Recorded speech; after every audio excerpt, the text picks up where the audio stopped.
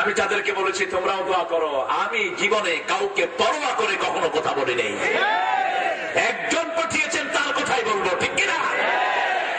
বাংলাদেশে যারাই ক্ষমতায় আসে তাদেরকে কালেমা বিক্রি করতে হয়। কি বিক্রি করা লাগে? কালেমা। আর ক্ষমতায় এসে কালেমার লোকদেরকে পিটায়, ঠিক কিনা? যারা কালেমার বিরুদ্ধে অবস্থান করে আমাদের সাথে তাদের কোনো সম্পর্ক। কোরআন আছে যেখানে আমরা আছি, ইসলাম আছে যেখানে আমরা আছি। কোন হারাম নেতাকে আমরা মানি না। হারাম নেতা বুঝেন? যারা কোরআন মানে না এরা কি নেতা? যে দলে কোরআন নাই এটা কি দল? হারাম দল। এরকম দল আমরা মানি। কোরআন ছাড়া অন্য কোন নেতা মানি। আমাকে হাফিজ বলল যে খুব বেশি না, অল্প রাস্তা, কিন্তু এখন ভিতরে আস্তে আস্তে যেখানে রাস্তায় শেষ হয় না। আর ধুলবালি তো ফ্রি আছেই, গরমকালে একটু পাউডার দরকার, সেই জন্য এই রাস্তাতে যত পাউডার আছে আপনারা সব মুখে করে নিয়ে যাবেন ইনশাআল্লাহ। বাকি গরমের সিজন আর পাউডার লাগবে না। যা এই দিক দিয়ে ঢুকলে যা পাউডার পাওয়া যায়। এটা হয়েছে আমাদের দেশের অপদার্থ দায়িত্বশীলদের কারণে আমরা ভোগান্তিতে আছি, ঠিক কিনা? দেশে যা সম্পদ আল্লাহ দিয়েছেন এগুলো যদি সঠিকভাবে বন্টন হতো, 6 কোটি তো দূরের কথা, 6 জন লোক কখনো না খেয়ে থাকতো না। যারা এখন রহমত বয়ে আনবে তাদের উপরে বিপদ আছে না নাই? আল্লাহর কোরআন বহন করে আলেমেরা, সেই আলেমেরা জেলখানায় আছে না নাই? কোন আলেমকে জেলখানায় পুরা হয়েছে 40টি বছর? বাংলাদেশের এমন কোন অলিগলি নাই যেখানে তিনি কোরআনের দাওয়াত পৌঁছায় নাই। যার হাতে হাত রেখে হাজার হাজার হিন্দু বৌদ্ধ কালেমা পড়ে মুসলমান হয়েছে, যার কপালে চুমু খায় কাবা শরীফের ইমাম, 17 বছরে যিনি কাবা ঘরের ওই যে যায় নামাজকে রমজানে চোখের পানি দিয়ে ভিজিয়ে রেখেছেন, আজকে এই জাতির কাছে তিনি উপহার পেয়েছেন জেলখানার অন্ধ প্রকোষ্ঠ। যারা সাইদি সাহেবকে জেলখানায় ঢুকিয়েছ তাদের উপর আল্লাহর গজব নাজিল হবে। সেই গজব থেকে নিজেকে বাঁচানোর জন্য চেষ্টা করো। যতগুলো সাক্ষী পর্যন্ত এনেছে সবগুলো মিথ্যা প্রমাণিত হয়েছে, ঠিক কিনা? মিথ্যা তো মিথ্যা না, যখনই এজলাসে উঠে ওনার চেহারার দিকে চোখ পড়ে মুখে আর কথা আসে না, বোবা হয়ে অবশ্যই নিচে পড়ে যায়। অধিকাংশ সাক্ষীগুলো কথা বলতে পারে নাই, অসুস্থ হয়ে পড়েছে, এবং শুধু অসুস্থ নয় এজলাস থেকে ভেগে পালিয়ে গেছে, এরকম আছে না নাই? 72 জন্ম, 71 সাক্ষী আছে না নাই? মুরগি চোর, কুত্তা চোর, বিলাই চোর, যৌতুক চোর আছে না নাই? এগুলো হলো সাক্ষী। আল্লাহ তুমি সত্যের বিজয় দান করো। আরো চিৎকার করে বলো না আমি। যারা আসল মানবতা বিরোধী, আসল স্বাধীনতার দুশমন, আল্লাহ তাদেরকে তুমি শাস্তি দান করে দাও। স্বাধীন ভূমিকে কারা বিক্রি করে দেয় আপনারা দেখেন কি? দেখেন নাই? কারা বিক্রি করে দিয়েছে? বেরোবাড়ি কারা দিয়েছে? আঙ্গুর পোতা কারা দিয়েছে? ভারতের হাতে তুলে তার প্রত্যেক কারা ভারতের হাতে তুলে দিয়েছে? আল্লাহ তাদের বিচার তুমি করে দিও। চিৎকার করে বলেন আমিন। সাধারণ মানুষগুলো কোরআনকে ভালোবাসে, যে কোনো দলেরই হোক।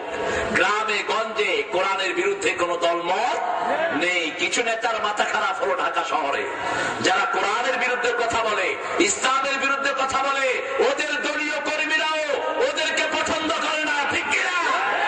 ওদের দলীয় কর্মীরা ওদেরকে ঝাড়ু পিটা করবে। আমরা এই সমস্ত নেতাদের অপসারণ চাই। যারা কোরআন চাও না, বাংলাদেশ থেকে চলে যাও। বাংলাদেশ কোনো দেশ নয়। বসা নেতা কয় কর্মীরা এখানে সিট হয়ে থাকো, নামাজও নাই রোজাও সেই নেতার পেছনে দৌড়ায় আসে না নাই? কিয়ামতের ময়দানে এই নেতাগুলোকে কর্মীরাই পায়ের তলায় দিবে। কার কথা? এই কর্মীরাই বলবে আল্লাহ এই সমস্ত শয়তান নেতাগুলো আমাদেরকে নামাজ থেকে বঞ্চিত করেছে, পর্দা থেকে বঞ্চিত করেছে।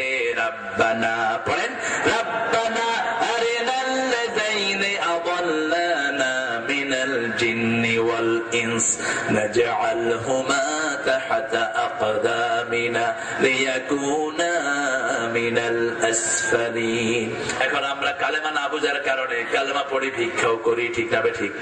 কালেমা পড়ি আবার বিভিন্ন ইসলাম বিরোধী দল কথা কন না কেন, দল করি, কালেমা পড়ি আবার মুশরিকের পিছনেও লাইন ধরি, কালেমা পড়ি আবার মুশরিক বিসমিল্লাহর ব্যাপারে ফতোয়া দেয়, সেই কথাও আমরা শুনি। নামাজে পড়ি ওমা আনা মিনাল মুশরিকিন, মুশরিকের সাথে আমার কোনো সম্পর্ক, কোরআন হাদিস পড়বে না। এই আইন কি আপনারা মানেন? আমরা আমাদের বাচ্চাগুলো যে সমস্ত স্কুলগুলোতে যায়, আজকে গিয়ে স্কুলের টিচারদেরকে বলবেন, হয় সে এনজিও টিচার হোক, সে এনজিও স্কুল, বলবেন 1 ঘন্টা কোরআন শিক্ষা দিবা, যদি শিক্ষা দিতে না পারো স্কুলে তালা ঝুলিয়ে দেন। স্কুলগুলো আমরা চলতে দেব কারণ আজকে বহু ছেলে আমাদের দেশে তৈরি হচ্ছে, বাপ মারা যায় ইন্নালিল্লাহ পড়তে পারে না, ঠিক না ঠিক? যেমন ঢাকাতে 2 জন সাংবাদিক মারা গেলেন গত রমজানে। সাংবাদিক মারা যাওয়ার পর সাংবাদিকের ছেলের কাছে অন্য সাংবাদিকেরা মাইক নিয়ে গেছে, তোমার আব্বা তো মারা গেছে, তুমি কি বলবা? ছেলেটা বলছে, my dad died, my dad died, মানে আমার আব্বা মারা গেছে। উনি এখন বাংলা বলতে পারছেন না, বাংলাদেশের বাঙালি ছেলে। 21শে ফেব্রুয়ারির জন্য কি মহব্বত, সময়টা হলো ইংরেজি 21শে ফেব্রুয়ারি, অথচ দিবসটা হলো বাংলা দিবস, ঠিক কিনা? সাংবাদিক জিজ্ঞেস করলো, তুমি কি দোয়া পড়বা? সে বলছে, হোয়াট টাইপ অফ দোয়া should I say? I don't know any দোয়া, আমি কোন দোয়া টোয়া কিচ্ছু পারি না। কিসের দোয়া করবো? আমার আব্বা মরে গেছে, শেষ। তার ওয়াইফের কাছে সাংবাদিকরা মাইক ধরলো, বললো যে আপনার জামাই তো মারা গেছে, আপনি কি বলবেন? আমার জামাই শেষ। ভাইদের কাছে বললো, ভাইয়েরা বললো ও শেষ। 2টি লাশকে নিয়ে শহীদ মিনারে রাখা হলো। শহীদ মিনারে যারা যায় তাদের মুখে কি আল্লাহর নাম থাকে? তারা হলো সব ভদ্রলোক, চুপচাপ শহীদ মিনারে যায়, সবাই লাশ দেখতেছে আর বলছে, ও লাশ মারা গেছে না, ও মারা গেছে, মারা গেছে। কালেমা পড়ার পরে যিনি নামাজ পড়েন না তিনি মুরতাদ। তিনি কি? 4 ইমাম বলেছে তাকে ফাঁসি দিয়ে দাও। 3 ইমাম বলেছে যারা নামাজ কালেমার পরে নামাজ পড়ে না তাকে হত্যা করে ফেলো। শুধু ইমাম আবু হানিফা বলেছেন না, জেলখানায় আটকিয়ে রাখো যতদিন নামাজ রেগুলার না হয়। আপনারা বলেন তো, এই ফতোয়া যদি কার্যকর হতো আমাদের দেশের মন্ত্রী অধিকাংশ গুলো থাকতো না, মরতো? কথা কন না? এমপি গুলো, এমপি চেয়ারম্যান, আল্লাহ বলছেন যারা বেশি বাড়াবাড়ি করে ইসলামের বিরুদ্ধে, ফাদরিবুহুম ফাওকাল আনাক ওয়া মিনহুম কুল্লাল বানান, আগে ওদের ঘাড়ে মারবি তারপরে গিরায় গিরায় মারবি। কার কথা? কার কথা? কিন্তু আমরা আগে মারার পক্ষে নয়, আমরা দাওয়াতের পক্ষে, ঠিক না ঠিক? এজন্য আমাদের প্রিয় আল্লামাকে জেলখানায় ঢুকানো হলো। পৃথিবীতে যার দাওয়াতে এত লক্ষ লোক পৃথিবীর কোন মানুষের দাওয়াতে আসে না যতটা আসে একমাত্র আল্লামা সাঈদীর দাওয়াতে। পৃথিবীর কারো সমাবেশ এত বড় হয় না যত বড় নেতাই হোক, ঠিক কিনা? রিয়াদের রাস্তায় তিনি গিয়েছেন দুপুর বেলায় অ্যারেস্টের 3 মাস আগে। ওই রাস্তায় 44 ডিগ্রি সেলসিয়াস এর ভিতরে 50 থেকে 60,000 লোক পুরো রাস্তা জাম করে ফেলেছে। সৌদি গভর্নমেন্ট বলল, আমাদের জীবনে কোরআনের জন্য মানুষ এত পাগল হতে পারে আমরা না দেখলে কখনো বিশ্বাস করতাম না। তিনাকে যখন অ্যারেস্ট করা হলো, সৌদি সব চুক্তি ক্যান্সেল করলেন। 5 লক্ষ শ্রমিককে বাড়িতে পাঠিয়ে দেওয়া হয়েছে।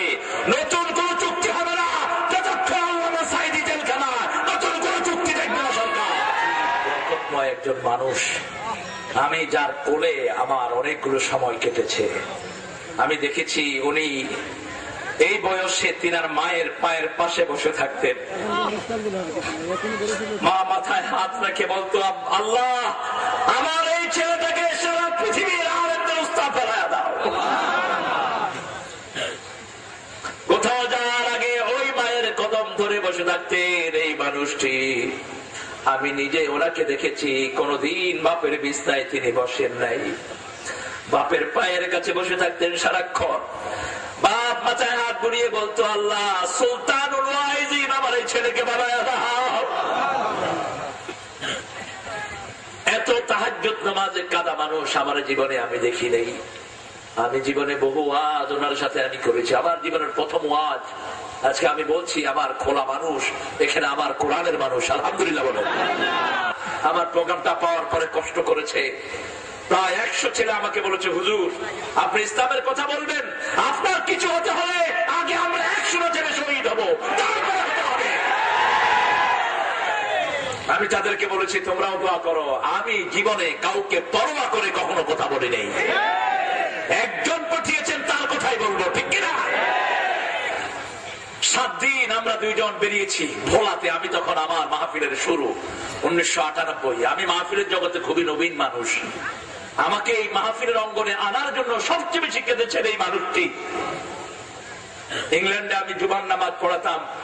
তিনি আমার মসজিদে গিয়ে আমার হাত ধরে কাঁদছেন আর বলছেন, বাবা এখানে অনেক খ্রিস্টান তোমার দাওয়াতে মুসলমান হচ্ছে, আমি খুশি, কিন্তু আমার দেশে লক্ষ লক্ষ মুসলমান খ্রিস্টান হয়ে যাচ্ছে, তাদেরকে কোরআনের দিকে আনতে হবে। আমি বললাম, চাচা কি করা দরকার?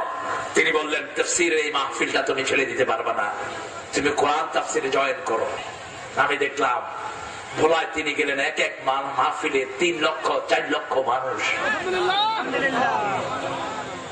তিনি প্রথম দিন আমি তিনার আগে কথা বললাম আধা ঘন্টা, 35 মিনিট, 1 ঘন্টা এরকম করে কথা বলা শুরু করলাম। তিনি বললেন, বাবা আরো বেশি বলো। তিনি আলোচনা শুনে আমাকে ঘরে নিয়ে কাঁদছেন। তিনি আমার হাত ধরে বলছেন, আমি 40 বছরে সাইদি হয়েছি, আর তুমি নেমেই সাইদি হয়েছো। তুমি আমাকে কথা দাও, তুমি এই ওয়াজের মাহফিল, কোরআনের মাহফিল তুমি ছেড়ে দিবে না। মাহফিল গুলো অনেক কষ্টের, আমি পার্সোনালি ফিল করি। তিনি যেখানে মাহফিল করতে যেতেন আমি দেখতাম রাতের বেলায় মাহফিল করতেন, আর রাতের অধিকাংশ সময় তাহাজ্জুদে কেঁদে কেঁদে কাটাতেন আল্লামা সাইদি। আরেকজন মানুষকে অ্যারেস্ট করা হলো, বয়স হলো 90-এর উপরে। এই পৃথিবীর সর্বশ্রেষ্ঠ জ্ঞানীদের তিনি একজন।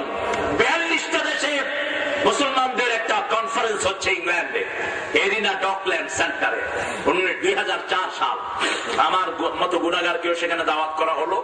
পৃথিবীর সব বড় বড় আলেমরা সেখানে, কাবা শরীফের ইমাম, মসজিদে নববীর ইমাম, যত বড় স্কলার সব সেখানে। সেখানে গিয়ে দেখলাম প্রধান অতিথি হলেন বাংলাদেশের ওই মানুষটি যাকে কিছুদিন আগে অ্যারেস্ট করা হয়েছে। চেহারা